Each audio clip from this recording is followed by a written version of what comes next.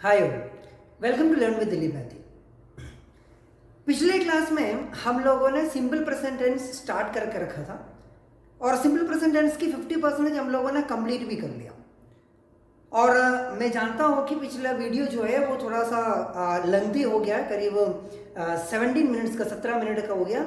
और शायद आज का वीडियो भी थोड़ा लेंथी हो सकता है, क्योंकि सिंपल प्रेजेंट टेंस मैंने आपको जैसे पहले बताया था कि सबसे इम्पोर्टेंट टेंस है, इसलिए हमें अच्छे से उसको सीखना है।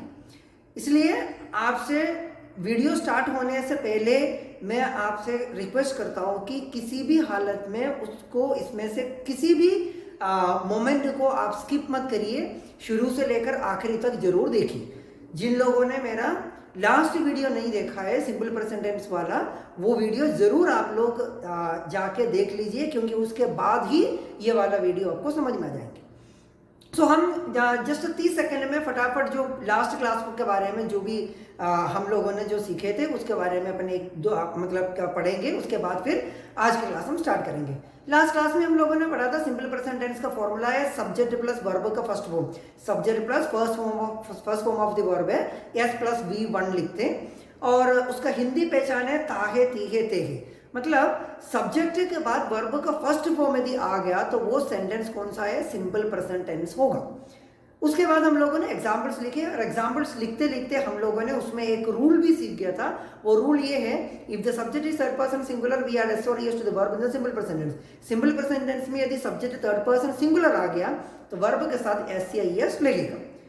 सो बस इतना ही हम लोगों ने लास्ट जो वीडियो है उसमें या लास्ट क्लास में हम लोगों ने सीखे। आज हम स्टार्ट करेंगे सिंपल प्रेजेंट टेंस की जो नेक्स्ट पार्ट है। सो फिर मैं आपसे रिक्वेस्ट करता हूं कि एक सेकंड के लिए भी आप स्किप मत करिए, अभी से पूरा वीडियो आपको, पूरा क्लास आपको अच्छे से देखना है। सो हम आते हैं नेक्स्ट पार्ट में। सिंपल प्रेजेंट टेंस का जो नेक्स्ट पार्ट है वो है नेगेटिव एंड इंट्रोगेटिव। अब नेगेटिव क्या है, इंट्रोगेटिव क्या है? नेगेटिव मतलब नकारात्मक वाक्य हम लोग बोलते हैं नेगेटिव सेंटेंस, और इंट्रोगेटिव मतलब प्रश्नवाचक वाक्य बोलते हैं। मतलब जो नहीं बोलने के लिए जो सेंटेंस यूज करते हैं उसको अपन नेगेटिव सेंटेंस बोलते हैं, और क्वेश्चन पूछने वाला या सवाल पूछने वाला जो सेंटेंसेस है उसको हम लोग क्या बोलते हैं, इंटरोगेटिव सेंटेंस बोलते हैं। यह तो आप लोगों ने, हमने जो कैन के बारे में जब अपन पढ़े थे उस समय भी मैंने आपको बोला था कि जैसा आई कैन ड्राइव और एक नोट लगा दो आई कैन नॉट ड्राइव, है ना। क्या आप गाड़ी चला सकते हैं तो कैन यू ड्राइव, तो I can not drive negative है जो नहीं बोलने के लिए। और जो यदि क्वेश्चन पूछ रहे क्या तुम गाड़ी चला सकते हो, तो उसके लिए क्या है, मतलब हमें क्वेश्चन यूज कर मतलब पूछने के लिए हम लोग क्या है, प्रश्नवाचक वाक्य यूज करते हैं, या क्वेश्चन पूछने वाले सेंटेंसेस को हम प्रश्नवाचक वाक्य बोलते हैं। सो आप नेगेटिव और इंट्रोगेटिव आपको समझ में आ गए होंगे। अब सिंपल प्रेजेंट में नेगेटिव और इंट्रोगेटिव कैसे बनाएंगे उसके बारे में हम सीखेंगे। तब आपको आप थोड़ा सा आप दिमाग लगाओगे, आपको समझ में आ गया होंगे कि जो लास्ट क्लास में हमने कोई नेगेटिव सेंटेंस नहीं पढ़ा था, कोई इंट्रोगेटिव सेंटेंस नहीं पढ़ा था, है ना। सारे के सारे पॉजिटिव सेंटेंस थे जो अफर्मेटिव सेंटेंस थे। अब वही सेंटेंसेस की हम क्या करेंगे, नेगेटिव बनाने के लिए कोशिश करेंगे। पूरा ध्यान अभी से इस क्लास में ही आपको लगाना है, क्योंकि अभी का एक सेकंड बहुत वैल्यूबल है। सो हम कोशिश करेंगे नेगेटिव और इंट्रोगेटिव बनाने के लिए सिंपल प्रेजेंट टेंस की। हमने जो फर्स्ट जो एग्जाम्पल्स जो लिखा था वो क्या लिखा था, आई गो टू स्कूल। वही आई गो टू स्कूल को हम पहले लिखेंगे, है ना। उसके नेगेटिव और इंट्रोगेटिव बनाने का कोशिश करेंगे, उसके बाद फिर हम उसके बाद वाला सारे सेंटेंस के नेगेटिव और इंट्रोगेटिव बनाएंगे। तो आई गो टू स्कूल लिखेंगे। अब आई गो टू स्कूल, मैं स्कूल जाता हूं या मैं स्कूल जाती हूं। अब अपने को क्या बोलना है, मैं स्कूल नहीं जाता हूं, और उसके बाद क्वेश्चन कैसे पूछना है, क्या मैं स्कूल जाता हूं। अब ये बनाना है हमें इंग्लिश में। अब बनाने के लिए हम रेडी है, लेकिन जैसे ही बनाना शुरू का मतलब करते तभी एक प्रॉब्लम हमारे सामने आके खड़े। वो ये है कि इंग्लिश ग्रामर में एक रूल है, यदि हमें किसी भी सेंटेंस की नेगेटिव या इंट्रोगेटिव बनाना है, उस सेंटेंस के अंदर ऑक्सिलरी वर्ब होना जरूरी है। बिना ऑक्सिलरी वर्ब से हम किसी भी सेंटेंस का नेगेटिव और इंट्रोगेटिव नहीं बना सकते। अब आई गो टू स्कूल, इसमें कोई ऑक्सिलरी वर्ब दिख रहे हैं? हमने ऑक्सिलरी वर्ब तो पढ़ लिए थे ना। अभी टेंस स्टार्ट होने से पहले हम जितने भी जो सीखे वो सारे ऑक्सिलरी वर्ब से, कि हमने प्राइमरी ऑक्सिलरी वर्ब पढ़े थे, is, am, are, was, were, do, does, did, have, has, had. अब इसमें से कुछ दिख रहे हैं आपको इस सेंटेंस में? आई गो टू स्कूल में नहीं दिख रहे। और उसके बाद कैन से लेकर हम लोगों ने जो ऑट टू तक पढ़े उसमें कोई वर्ड दिख रहे? नहीं दिख रहे। तो इंग्लिश ग्रामर का रूल ये बता रहे हैं कि आपको नेगेटिव और इंट्रोगेटिव बनाना है तो आपको क्या करना पड़ेगा, उस सेंटेंस के अंदर ऑक्सिलरी वर्ब होना जरूरी है। लेकिन हमको जो सेंटेंस अभी जो मिले उसमें कोई ऑक्सिलरी वर्ब नहीं है ना। यदि आप बाकी एग्जाम्पल्स भी यदि देखेंगे तो उसमें भी नहीं है। इसका मतलब ये है कि सिंपल प्रेजेंट टेंस में जो हमने जितने भी जो सेंटेंस बनाए उसमें कोई ऑक्सिलरी वर्ब नहीं है। अब क्या इसका नेगेटिव और इंट्रोगेटिव फिर नहीं बनेगा क्या? अब ये अभी हम सीखने वाले हैं कि नेगेटिव और इंट्रोगेटिव सेंटेंस हम सिंपल प्रेजेंट टेंस में ऑक्सिलरी वर्ब ना होने का बावजूद भी कैसे बनाते हैं। इसलिए मैंने आपको बोला था कि सबसे डिफिकल्ट वाला टेंस है ये, और ये यदि आपने मतलब क्या है कि सीख गया तो फिर बाकी सारे टेंस आपको बिल्कुल आसान लगेगा। सो ध्यान से सुनिए। अब हमारे पास उस रूल का एक एक्सेप्शन है। कौन से रूल का? ऑक्सिलरी वर्ब होना है, बिना ऑक्सिलरी वर्ब से हम नेगेटिव और इंट्रोगेटिव नहीं बना सकते। उस क्या होता है कि रूल का एक एक्सेप्शन है। वो एक्सेप्शन ये कहते हैं, यदि ऐसा कोई सेंटेंस हमारे सामने आ गया जिसमें कोई ऑक्सिलरी वर्ब नहीं है और हमसे यह कहा गया है कि उसका नेगेटिव और इंट्रोगेटिव आपको बनाना है, उस सिचुएशन में आप क्या करोगे? उस सिचुएशन में आपको क्या करना है, उस सेंटेंस के अंदर की वर्ब को देखना। अब आई गो टू स्कूल, इसके अंदर वर्ब क्या है? हमने पढ़ा था, हम लोग लिख के भी रख लेते कि सारे के सारे वर्ब्स, उसका first form, second form, third form. So I go to school में वर्ब क्या है? गो है। ठीक है।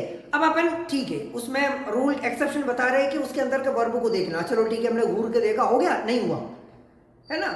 उस वर्ब के अंदर 3 ऑक्सिलरी वर्ब में से कोई से भी एक ऑक्सिलरी वर्ब छुपा हुआ। ध्यान से एक बार और सुन लीजिए।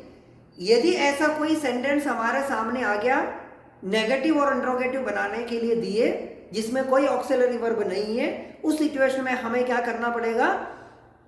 उस सेंटेंस के अंदर की वर्ब को देखना है। उस वर्ब के अंदर 3 ऑक्सिलरी वर्ब में से कोई से भी एक ऑक्सिलरी वर्ब छुपा है। अब वो 3 ऑक्सिलरी वर्ब क्या क्या है? वो एक तो डू हो सकता है, नहीं तो डस हो सकता है, नहीं तो डिड हो सकता है। ये 3 ऑक्सिलरी वर्ब है ना। ये 3 में से कोई से भी एक इस वर्ब के अंदर, इस गो वर्ब के अंदर छुपा है। एक तो डू छुपा होगा, नहीं तो डस छुपा होगा, नहीं तो डिड छुपा होगा। पहले हम ये देखेंगे कि इस वर्ब के अंदर या ये जो गो शब्द के अंदर डू छुपा है कि डस छुपा है कि डिड छुपा है, ये पहले सीखेंगे। उसके बाद अपन नेगेटिव और इंट्रोगेटिव बनाएंगे। फिर मैं बार बार यही बता रहा हूं कि आपका ध्यान कहीं मत जाना चाहिए। बिल्कुल आप इस पे ही, इस क्लास पे ही बिल्कुल कॉन्सेंट्रेट करके ध्यान से सुनिए। अब अपन देखते हैं कि इस वर्ब के अंदर कौन सी ऑक्सिलरी वर्ब छुपा है, डू है कि डस है कि डिड है। अब ये पता करने के लिए हमें क्या करना पड़ेगा, ये जो दिया हुआ सिस्टम या फॉर्मूला या ये दिया हुआ जो सिस्टम है, इसको आपको फॉलो करना पड़ेगा। यदि गो के अंदर डू छुपा है तो जो सेंटेंस है उस सेंटेंस में क्या है, जो वर्ब जो है वो लिखा हुआ आएगा, वो गो ही आएगा, सिर्फ गो लिखा हुआ आएगा। यदि ये गो के अंदर यदि डस छुपा है तो सेंटेंस में गो नहीं आएगा, गो के जगह पर क्या आएगा, गोस आएगा। यदि ये जो गो के अंदर यदि डिड छुपा है तो डिड छुपा है तो क्या आएगा, गो का सेकंड फॉर्म आएगा, वेंड आएगा। अब आपको समझ में आ गए होंगे। यदि गो का मतलब गो के अंदर यदि डू है, डू छुपा है तो वहां पर वर्ब का first form same to same मतलब गो वैसे के वैसे आएगा। यदि डस छुपा है तो गो की जगह पर गोस आएगा, और क्या है, डिड छुपा है तो गो का सेकंड फॉर्म मतलब वेंड आएगा। अब इसमें से एक चीज को तो हम हटा ही सकते हैं। कौन सा?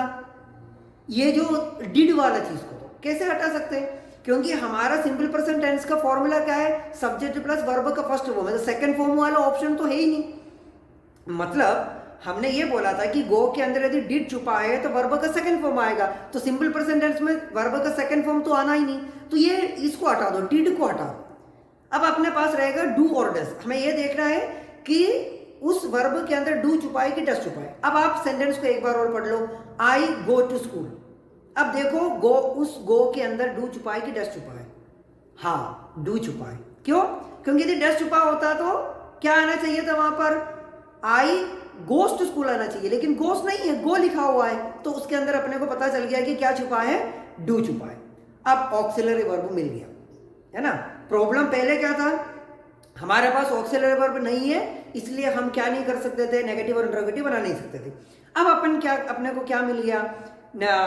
ऑक्सिलरी वर्ब मिल गया। क्या मिल गया? डू मिल गया। अब नेगेटिव बनाएंगे। अब नेगेटिव और इंट्रोगेटिव बनाना बहुत आसान है। नेगेटिव बनाने के लिए क्या करना? जो सब्जेक्ट है वैसे के वैसे लिखना आई। सब्जेक्ट लिखने के जस्ट बाद आपको क्या करना पड़ेगा? जो ऑक्सिलरी वर्ब आपने ढूंढ के जो लाया है ना, उसको मतलब लगाना है। कौन सा ऑक्सिलरी वर्ब ढूंढ के लगाया था हमने? डू। So I do. अब बनाना तो नेगेटिव है, नेगेटिव में अपने को नहीं शब्द यूज करना है। नहीं के लिए क्या यूज करेंगे अपन? नॉट। आई डू नॉट, बाकी सेम टू सेम लिख लो, I do not go to school. ये बन गया नेगेटिव। क्लियर हो गया? कुछ नहीं करना है, सब्जेक्ट के बाद ऑक्सिलरी वर्ब लगाना है, नोट लगाना है, बाकी सेम टू सेम लिखना है। तो आई गो टू स्कूल का नेगेटिव क्या बनेगा? I do not go to school. अब अपन इंट्रोगेटिव देखेंगे। इंट्रोगेटिव उससे भी आसान है। जो ऑक्सिलरी वर्ब हम लोग जो ढूंढ के लाए ना, उसको पहले लिखो। कौन सा ऑक्सिलरी वर्ब था? डू। चलो ठीक है, डू को पहले लिख लिया, बाकी सेंटेंस सेम टू सेम लिख लो। I go to school, do I go to school. और हम क्वेश्चन पूछ रहे हैं, प्रश्नवाचक वाक्य, तो आखिरी में क्या लगेगा? प्रश्नवाचक चिन्ह या क्वेश्चन मार्क लगेंगे। तो आखिरी में क्वेश्चन मार्क मतलब लगा दो, तो क्या आएगा? Do I go to school, क्या मैं स्कूल जाता हूं। आशा करता हूं कि आपको नेगेटिव और इंट्रोगेटिव सिंपल प्रेजेंट टेंस में बनाना समझ में आ गए होंगे। ये अभी यहां पर खत्म नहीं हुआ, है ना। अब अपन सेकंड वाला वी का देख लेंगे, है ना। वी प्ले क्रिकेट का क्या आएगा? वी प्ले क्रिकेट में प्ले लिखा हुआ है। अब प्ले को वही डू डस वाला सिस्टम दे दो। प्ले के अंदर यदि डू छुपा है तो प्ले सेम टू सेम आएगा, यदि डस छुपा है तो वर्ब मतलब वर्ब के आगे एस लगा हुआ आएगा। इसमें भी कोई एस प्ले के आगे नहीं है, तो इसके अंदर भी क्या छुपा है? डू छुपा है। तो we do not play cricket, और इंट्रोगेटिव कैसे क्या आएगा? Do we play cricket. अब उसके बाद नेक्स्ट वाला क्या है? You learn English. ठीक है, यू लर्न लिखा हुआ है। अब LEARN लर्न, उसके आगे SEIS तो है ही नहीं, तो डू ले। इसके अंदर डू छुपा है कि डस छुपा है? लर्न के अंदर डू छुपा है। समझ में आ गया? क्योंकि जो वर्ब के आगे SEIS है तो उसके अंदर डस छुपा होगा, और नहीं है तो उसके अंदर डू छुपा होगा। तो हमें तो अभी तक पिछले आई और वी के साथ दोनों जो भी किया था उसके अंदर डू छुपा था, और यू वाला जो ये जो सेंटेंस है इसमें भी डू ही छुपा हुआ है। तो you do not learn English, do you learn English. ये हो गया। अब अपन नेक्स्ट एग्जाम्पल देख लेंगे, वो है ही ईट्स पिज्जा। अब ध्यान से सुनिए, है ना। ही ईट्स पिज्जा, ही के बाद क्या लिखा हुआ है? ईट्स लिखा हुआ है। सो ईट्स के अंदर डू छुपा है कि डस छुपा है? अब इतनी देर में तो समझ में आ गए होंगे कि SEIS आ गया तो उसके अंदर क्या छुपा है? डस छुपा है। तो क्या आएगा? ही डस नॉट। अब यहां पर एक छोटा सा प्रॉब्लम है, वो ये है कि हम नॉर्मली कैसे लिखेंगे? जिस तरीके से अपन लिखते आ रहे थे आई से लेकर अभी तक का, ही, अब ईट्स को देकर समझ में आ गया इसके अंदर डस छुपा है, तो ही डस नॉट ईट्स पिज्जा आएगा। सही है ना। और इंट्रोगेटिव क्या आएगा? डस ही ईट्स पिज्जा। लेकिन ये गलत है। अब ये गलत क्यों? गलत इसलिए कि हम अभी एक अच्छे तरीके से इसको समझने की कोशिश करेंगे। ध्यान से आप लोगों को सुनना है। मैं आपको एक चीज बता देता हूं कि ये जो ईट्स शब्द कहां से मिला या कैसे बना। जब ईट के अंदर जब डस छुपा है तब क्या सेंटेंस बन गया था, या कौन सी क्या वर्ड बन गया था? ईट्स बन गया था। मतलब इसका मतलब सिंपल मतलब ये है, ईट्स वर्ड कैसे बना? Eats is equal to does plus eat. जब ईट के अंदर जब डस छुपा है तब क्या है? ईट्स वर्ड बन गया था। अब हमने क्या कर दिया? नेगेटिव बनाने के लिए हमने क्या कर दिया? उसके अंदर से डस को निकाल दिया बाहर। तो क्या आएगा? ही डस नॉट। अब डस को निकाल दिया नेगेटिव बनाने के लिए। ईट्स कैसे बन गया? डस प्लस ईट। उसमें से हमने डस निकाल दिया तो बाकी बचेगा क्या है? ईट। तो क्या आएगा? ही डस नॉट ईट पिज्जा आएगा। अब इसमें ये जो चीज समझ में नहीं आया तो बहुत सिंपल है, दाल प्लस चावल इज इक्वल टू दाल चावल, है ना। दाल और चावल दोनों मतलब मिलकर क्या बन जाएगा, दाल चावल बन जाएगा। उसमें से यदि आप चावल को हटाएंगे तो बाकी क्या रहेगा, दाल रहेगा। सिर्फ यही है कि जब ईट्स वर्ड कैसे बन गया था, डस और ईट ये दोनों मिलकर बन गया था, उसमें से हमने डस को पहले निकाल दिया, निकाल के क्या कर दिया, नेगेटिव बनाने के लिए ही के बाद यूज किया। अब उसमें बचेगा क्या है, ईट बचेगा।